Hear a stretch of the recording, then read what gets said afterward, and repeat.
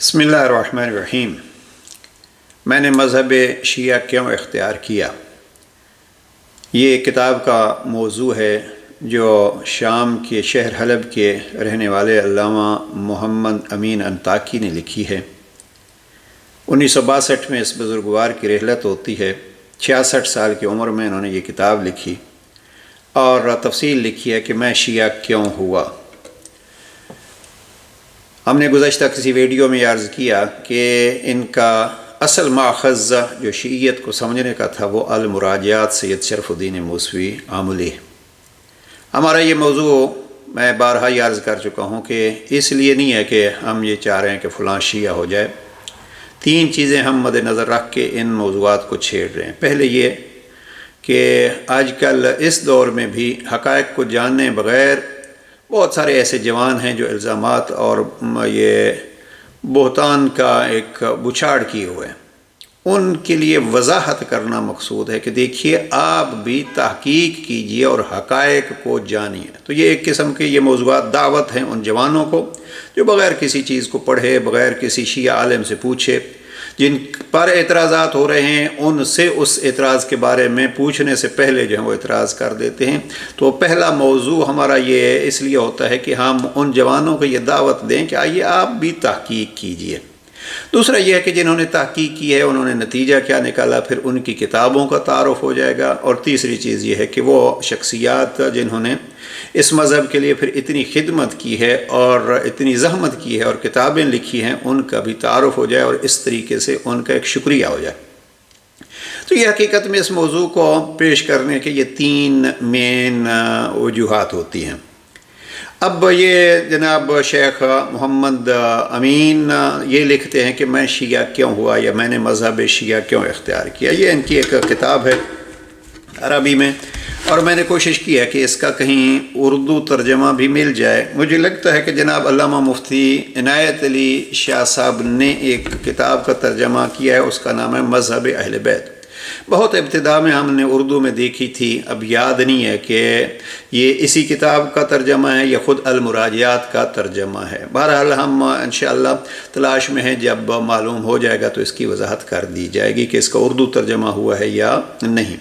تو بہرحال یہ علامہ انطاکی نے اپنی تفصیل لکھی ہے کہ میں ایک علمی گھرانے سے تعلق رکھتا تھا۔ میرا بڑا بھائی شیخ احمد امین الانطاکی وہ بھی ایک صاحب علم آدمی تھے۔ ہم اپنے علاقے میں پڑھتے رہے، اپنے اساتذہ کا پورا ذکر کیا اور پھر کہتے ہیں کہ ہم دونوں بھائی مجھ سے پہلے گیا اور ہم مصر گئے۔ ہم نے مصر میں اپنی ڈگری پوری کی، وہاں پھر ہمیں دعوت ہوئی کہ آپ یہاں تدریس کے لیے رہ جائیے۔ ہم نے یہ عرض کیا کہ ہم اپنے وطن میں خدمت کرنا چاہتے ہیں اور ہم واپس حلب کے علاقے میں آ گئے۔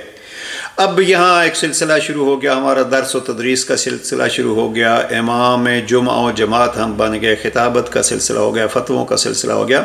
فرماتے ہیں کہ فتووں کے دوران چونکہ مختلف علاقوں سے لوگ آتے تھے، کوئی حنفی ہے، کوئی مالکی ہے، کوئی شافعی ہے، تو اس حوالے سے ہمیں مختلف مذاہب کے جب مطالعے کا موقع ملا تو ہم نے یہ دیکھا، ذرا اس پوائنٹ کو نوٹ کیجئے کہ مین وجہ جو یہ بتلاتے ہیں جہاں سے یہ غور و فکر شروع ہوا، وہ فرماتے ہیں کہ جب ہم نے دیکھا کہ امام مالک کچھ کہتے ہیں، حنبلی کچھ کہتے ہیں، شافعی کچھ کہتے ہیں، حنفی کچھ کہتے ہیں، بلکہ یہ انہوں نے واضح لکھا ہے کہ بعض ایسے مسائل، اور تفصیل سے انہوں نے مسائل کو بھی پیش کیا ہے کہ بعض ایسے مسائل ہیں کہ جس کو ایک حلال کہتا ہے دوسرا حرام کہتا ہے۔ تو ہم نے یہ فکر کی کہ یہ اختلاف اور اتنا متضاد بیانی کیوں ہے۔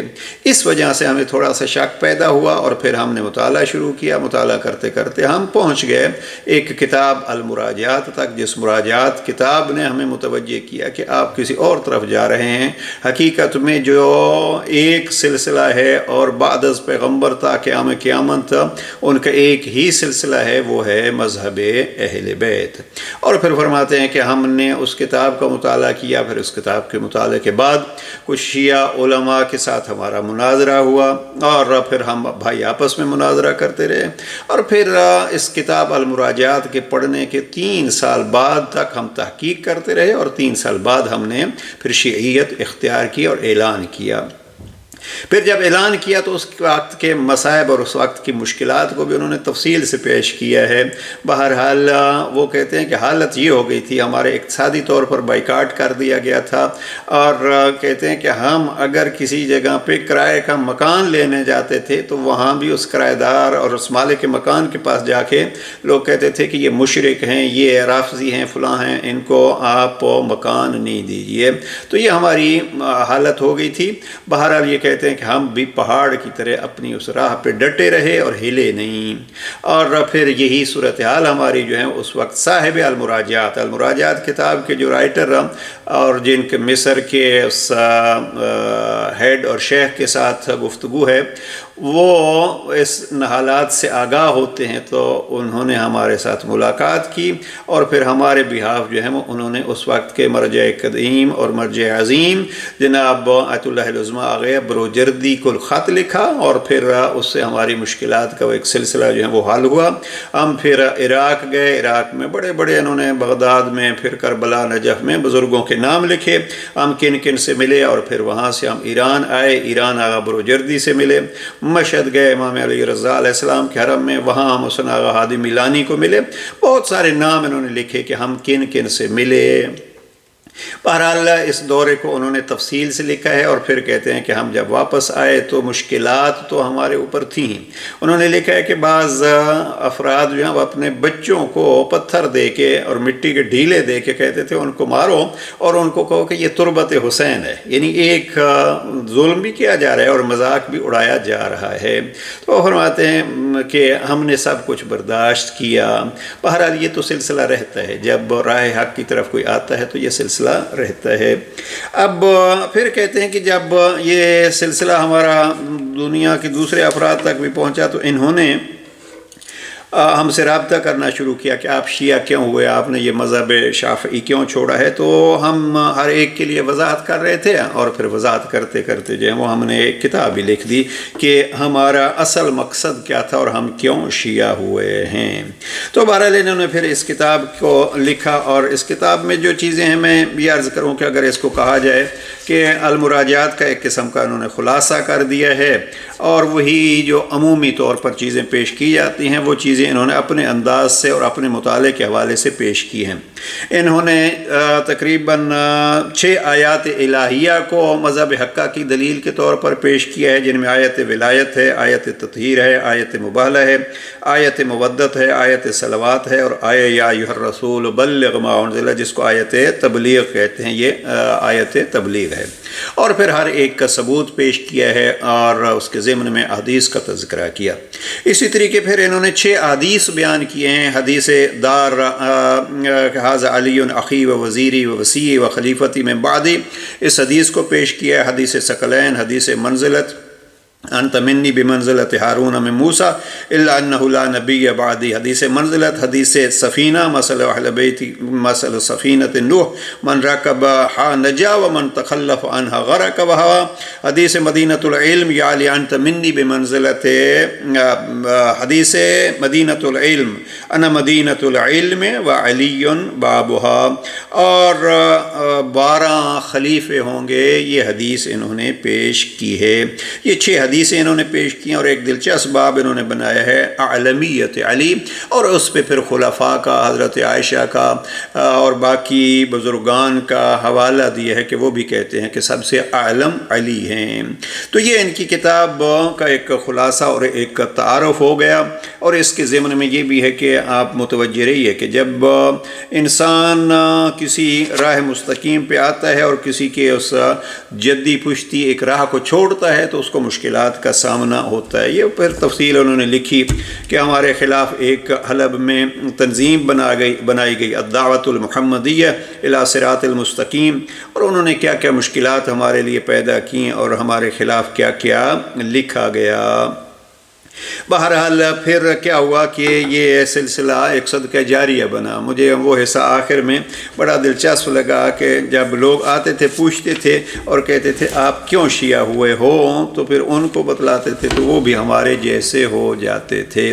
جیسے میں نے پچھلی ویڈیو میں عرض کیا تھا، المراجعات والی ویڈیو میں، کہ یہ کہتے ہیں کہ میں نے اپنے بھائی کو کتاب دی المراجعات. جب المراجعات ان کو دی ہے تو وہ کہتے ہیں کیا ہے؟ میں نے کہا یہ شیعہ کتاب ہے.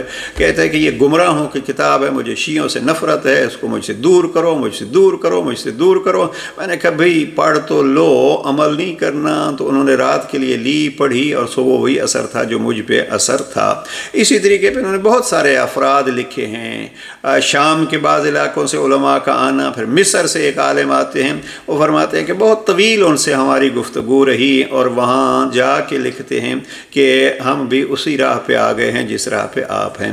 اور انہوں نے ایک آخری چیز جو عرض کرنا چاہتا ہوں، یہ لکھتے ہیں کہ شام کی ایک یونیورسٹی سے 2 طالب علم آتے ہیں میرے پاس، اور جب میرے پاس آئے تو ان کے چہرے مرجھائے ہوئے تھے. ہم نے دیکھا کیا ہوا، تو کہنے لگے آج ہمارے ایک استاد نے یونیورسٹی کے ایک لیسن میں شیعت پہ اتنے الزامات لگائے. اب میرے سامنے وہ سارے الزامات انہوں نے لکھے، عرض نہیں کرنا چاہتا. اتنے الزامات لگائے کہ ہم حیران ہو گئے کہ یہ بھی شیعہ میں ہیں. ہم چونکہ پہلے شیعت کا مطالعہ کر چکے تھے، اور وہ طالب علم کہتے ہیں ہم 2 سال پہلے شیعہ ہو چکے تھے، لیکن اپنی شیعت کو مخفی رکھا ہوا تھا. لیکن ہم سن کے حیران رہ گئے کہ ایک اتنا پڑھا لکھا بندہ، یونیورسٹی کا پروفیسر، اور وہ بھی ایسی باتیں کر رہا ہے جن کا اصل میں کوئی وجود ہی نہیں ہے. اس لیے پریشان ہے کہ کیا کیا جائے. فرماتے ہیں کہ میں نے پھر ایک تفصیلی خط لکھا، اور اس خط کو بھی انہوں نے اس کتاب میں درج کیا ہے کہ میں نے ایک تفصیلی خط لکھا اس پروفیسر کو کہ آپ ایک پڑھے لکھے آدمی ہیں اور آپ کی باتیں جاہلانہ ہیں. تو وہ خط جب لکھا تو یہ کہتے ہیں کہ یہ 25 ربیع الثانی تھی، اور 2 دن بعد وہ استاد خود میرے پاس آیا اور اس نے کہا کہ میں تو ان چیزوں سے آگاہی نہیں تھا جن سے آپ نے مجھے متوجہ کیا ہے، مجھے کچھ شیعہ کتابیں دیجئے.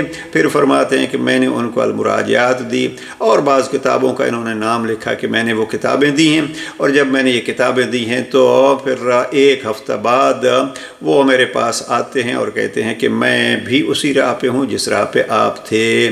اب البتہ انہوں نے یہ تاکید کی تھی کہ آپ میرا نام کہیں نہیں کرنا واضح، اس لیے کہ میں اعلان نہیں کروں گا، میں ایسے خدمت دین کروں گا. عزیزان، پھر عرض کر رہا ہوں کہ یہ ہماری گفتگو کو اس لیے نہیں ہے کہ ہم چاہتے ہیں کہ بس شیعہ ہی ہو جائیں. ہم یہ چاہتے ہیں کہ شیعیت پر جو الزامات لگائے جا رہے ہیں ان کی حقیقت کو جانا جائے.